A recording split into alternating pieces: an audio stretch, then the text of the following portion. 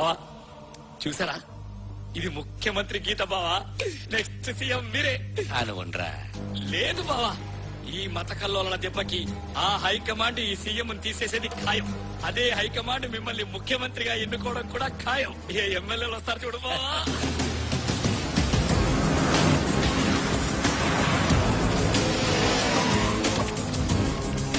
నమస్కారం అండి. నమస్కారం నమస్కారం నమస్కారం. నమస్తే. రండి. నమస్కారాలు నమస్కారాలు. ఏంటండి అర్ధరాత్రి నిద్ర లేపి మరి అర్జెంట్ గా రమ్మని కబురు చేశారు? ఏంటి విశేషం? తెల్లారేసరికి ఈ రాష్ట్రంలో ముఖ్యమంత్రి మారిపోతాడు. మీ వర్గం మద్దతిస్తే ఆ సీట్లో ఈ జనార్దన్ రావు కూర్చుంటాడు. మీకు ఇష్టమేనా? ఓ షిందుక పిలిపించింది. ఇప్పుడున్న సీఎం తో మాకు ఎలాంటి ప్రాబ్లం లేదు. మీకెందుకు మద్దతు ఇవ్వాలి?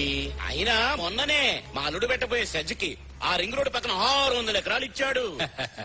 పరిశ్రమలకని భూములు తీసుకోవడం, వాటిని ప్లాట్లుగా చేసి అమ్ముకోవడం పాత పద్ధతి అయ్యా.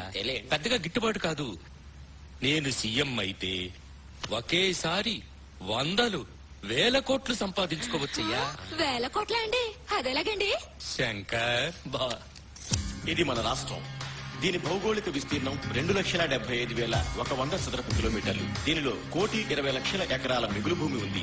ఖమ్మం జిల్లాలోని బయ్యారం, కార్ల, నేలకొండపల్లి ప్రాంతాల్లో శాంపిల్ గా తీసుకున్న 3 కంపార్ట్మెంట్లోని 97,89,03,000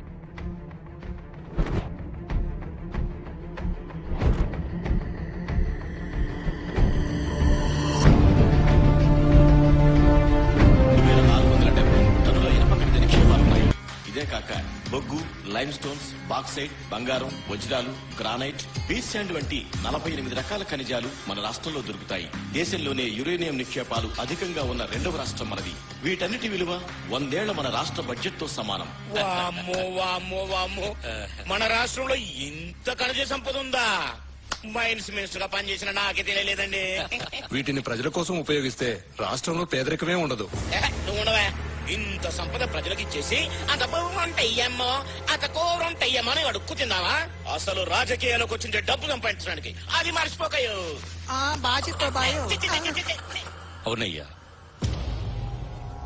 నేను ప్రజల దగ్గరకు పనిగట్టుకుని తిరిగింది వాళ్ళ కష్టాలు తెలుసుకోవడానికి కాదు, రాష్ట్రంలో ఎక్కడెక్కడ ఏ వనరులున్నాయో కనిపెట్టడానికి.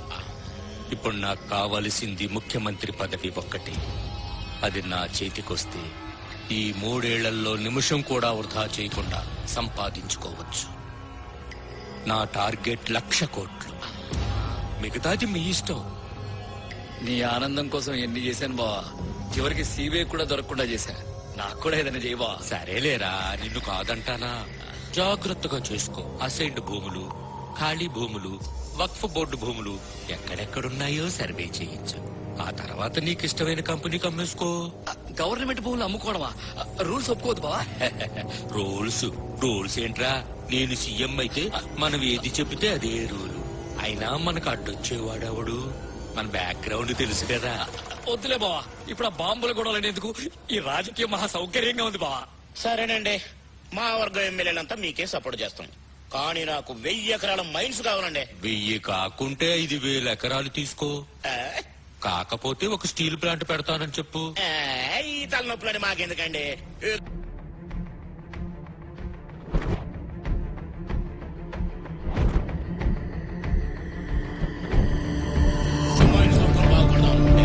ఊరికే పెడతానని చెప్పబోయ్యా.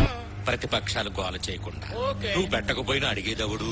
అలాగైతే ఓకే, కానీ మనం ఇలా అడ్డగోలుగా రాష్ట్రం మీద పడి దోచుకుంటే అది బ్లాక్ మనీ అవుతుంది కదా.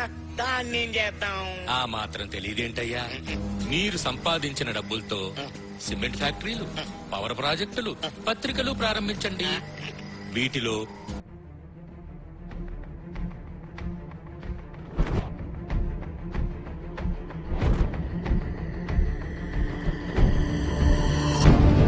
మీ వల్ల లాభపడ్డ వాళ్ళ చేత షేర్లు కొనిపించండి.